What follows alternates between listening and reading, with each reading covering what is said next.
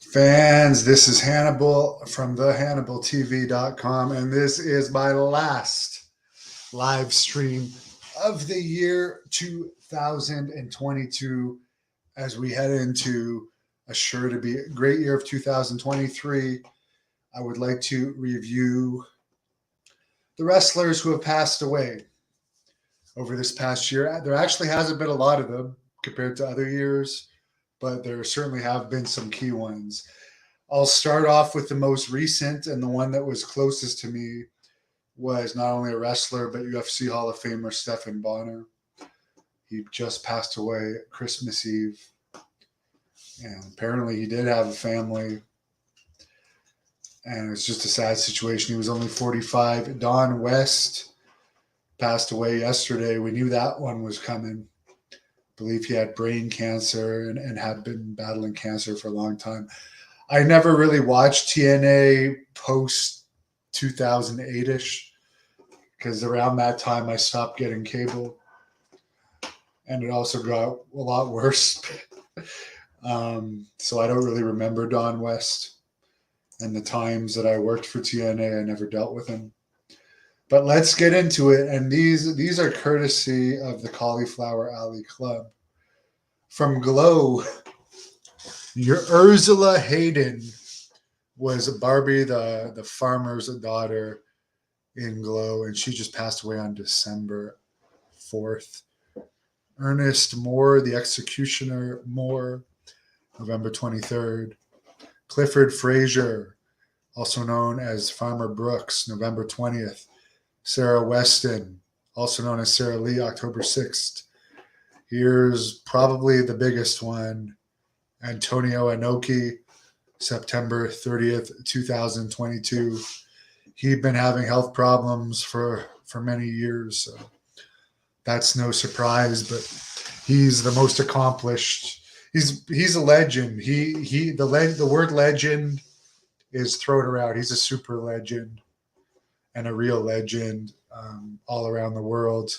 I did actually meet him at the 2004 Cauliflower Alley Club and shook his hand. And I remember that Brian Danielson and a bunch of other Inoki Dojo students from the LA Dojo were acting as Inoki's bodyguards that day. And I remember when I walked up to their table, they seemed to get a little bit defensive, but it's like, I'm probably never going to see Antonio Inoki again. I'm going to shake his hand. Vern Gagne was also at that CAC, and it was the only time I met him, but I won't get distracted. Bill Ash, August 29th. Howard Brody, who's probably best remembered for a few appearances in the ill-fated NWA angle in the Attitude Era in WWE, which apparently was just done as a favor to Jim Cornette by McMahon. But like most of his booking decisions, it failed, just like his company failed after only 4 years. Mary Austin died August 14th, also known as Darling Pat Sherry. Here's a big one from the martial arts community, one of Ronda Rousey's trainers, Judo Jean LaBelle, August 9th, 2022. He passed away. Now, there's a guy that I really wish I could have interviewed. Mike Masters passed away on August 8th. Jill Hayes, also known as Boy Jill Hayes, passed away July 28th. Tim White, who was a WWE referee and backstage person, June 19th, he passed away. Now, I remember when I was an extra in WWE, he was an asshole.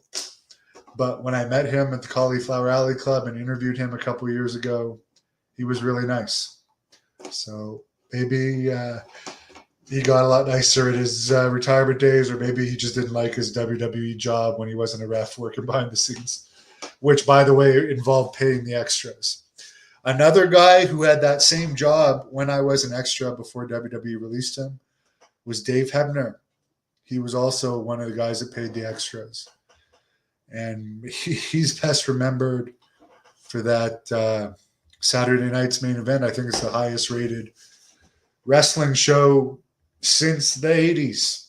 I don't know if there was ever one higher rated in the 70s, 60s, or 50s, but that Andre versus Hogan match with the twin refs Everyone remembers that. Tarzan Gatto died May 29th. Charlie Smith, May 2nd. Carl Lauer, who I have an interview with, who worked for the CAC and was a promoter in LA, died April 24th. Adam Windsor, who Dory Funk was Dory Funk's prized student, even though he never really made it anywhere other than I think Dory got him some matches in Japan. Passed away April 21st. Tony Banger Walsh died April 16th.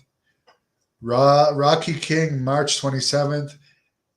Pepper Martin, know the name, died March 18th, but I think it was before my time. Now, this is the big one from North American fans. The bad guy, Scott Hall, also known as Razor Ramon, who I interviewed too, died March 14th. And that one hit us all hard because he's part of our childhood. He didn't seem that old, but I think it like makes us all feel old and like, I don't know. He was just a big part of our childhood. That one really hit me hard.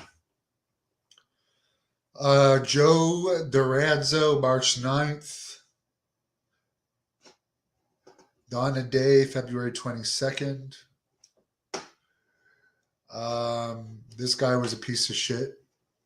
So I'm not even going to say his name. I'll skip over this Boston wrestling guy that liked to take shots at me because I had a more popular channel than him. And yes, sorry to say, but I don't feel bad for people to take cheap shots at me.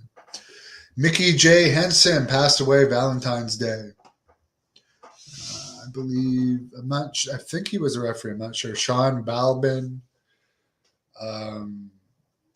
No comment on him either. He was a bit of a, let's just say if you don't have anything nice to say, don't say anything at all about him. The other guy wanted to take cheap shots, so I'll take one. I don't care. Bob Steele passed away January 21st. Angel from Glow, Andrea Michelle, passed away January 18th. Bob Steele passed away January 21st.